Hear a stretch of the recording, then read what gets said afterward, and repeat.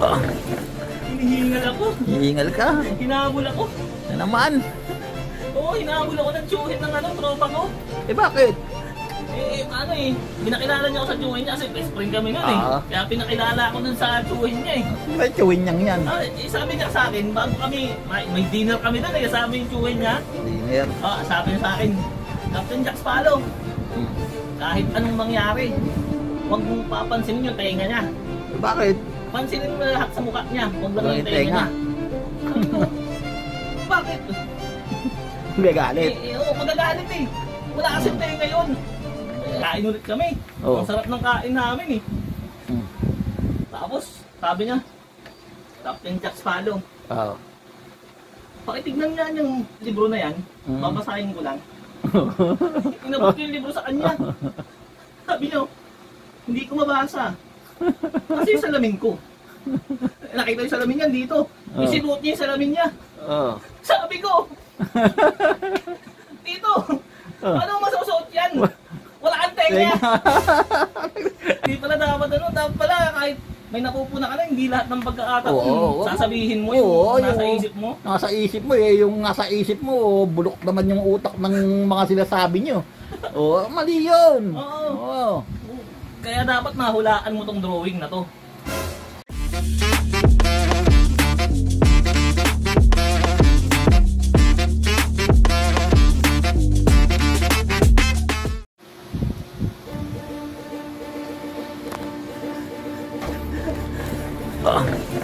Hinihingal ako. Hihingal ka. Hinahabol ako. Na naman. Oo, hinahabol ako ng tsuhin ng tropa ko. Eh bakit? Pinakilala niya ako sa tsuhin niya kasi best friend kami nun eh. Ah. Kaya pinakilala ako nun sa tsuhin niya eh. May chewin niyang yan.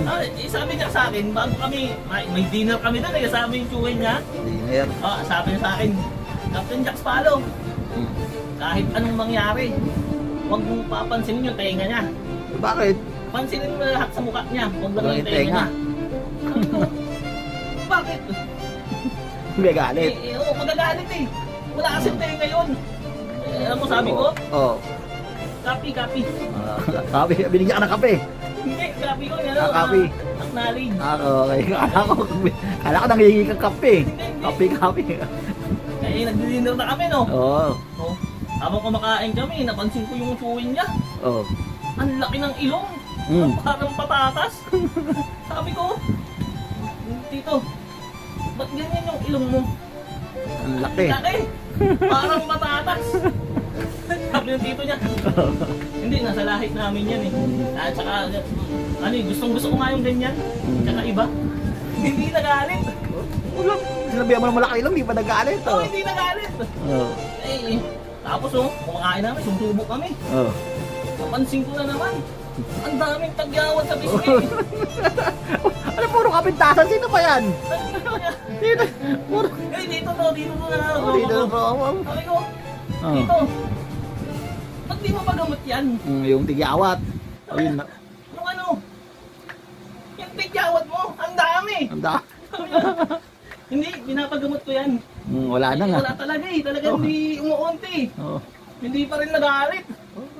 Dalawang pamimintas na ginawa mo, di ba rin nagalit? Hindi ko pinintasan, pinuna ko Pinuna.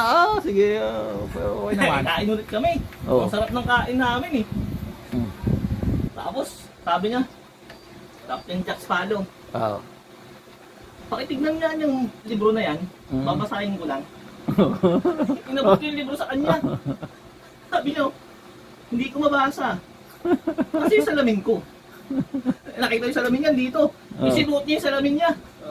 Sabi ko, Tito, paano masusuot yan? Wala kang tenga. Ay, hinahabol ka. Galit na galit. Hinahabol ako.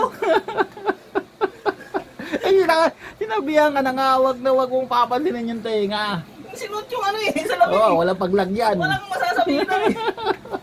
Hindi, malaki naman yung ilong eh. Masasabit yun. Hindi pala dapat dapat pala kahit may napupuna ka na, hindi lahat ng pagkakataon sasabihin mo yung nasa isip mo. Nasa isip mo eh, yung nasa isip mo, bulok naman yung utak ng mga sinasabi nyo.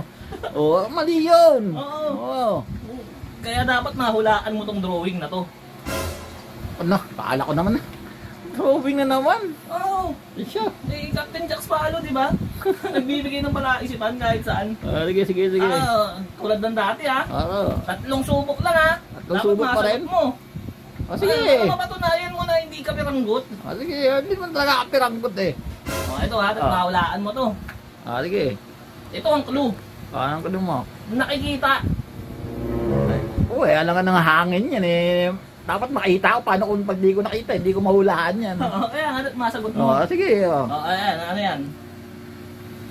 Masagot mo yan ha. Dali naman yan. Ay talagang madali yan, dinalian mo talaga yan. Itlog yan. Ha? Itlog.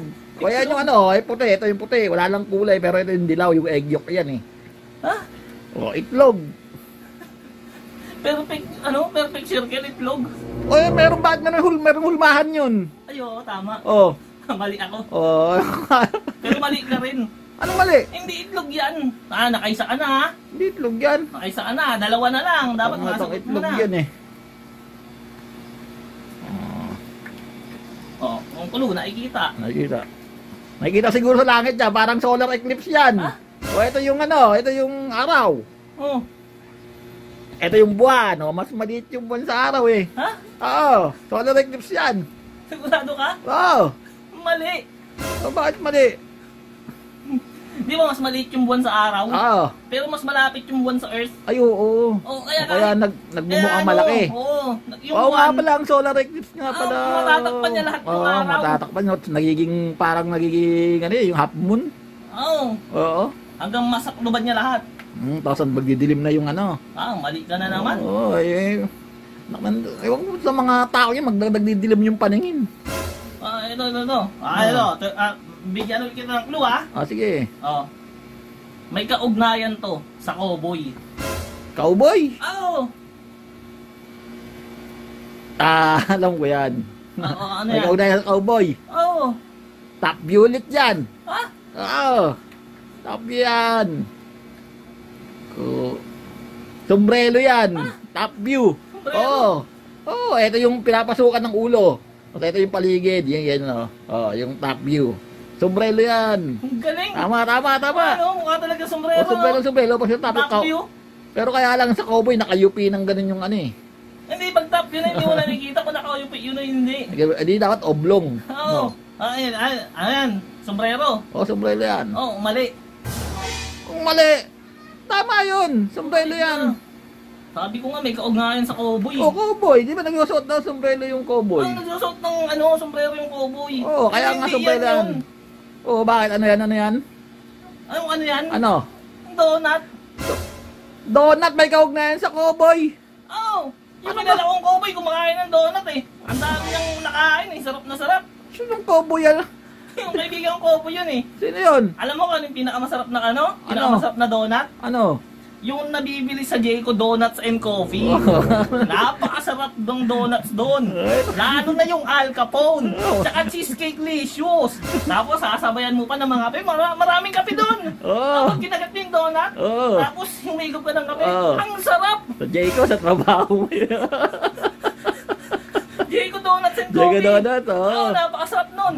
Siyempre. Alis na ako. Pupunta pa ako sa Jayco Donuts and Coffee. Magkakape ko tsaka donuts. Sige na. Ang lang yung donut mo, walang toppings. Yung donut mo drawing. Ano malala ka bang donut yung walang toppings?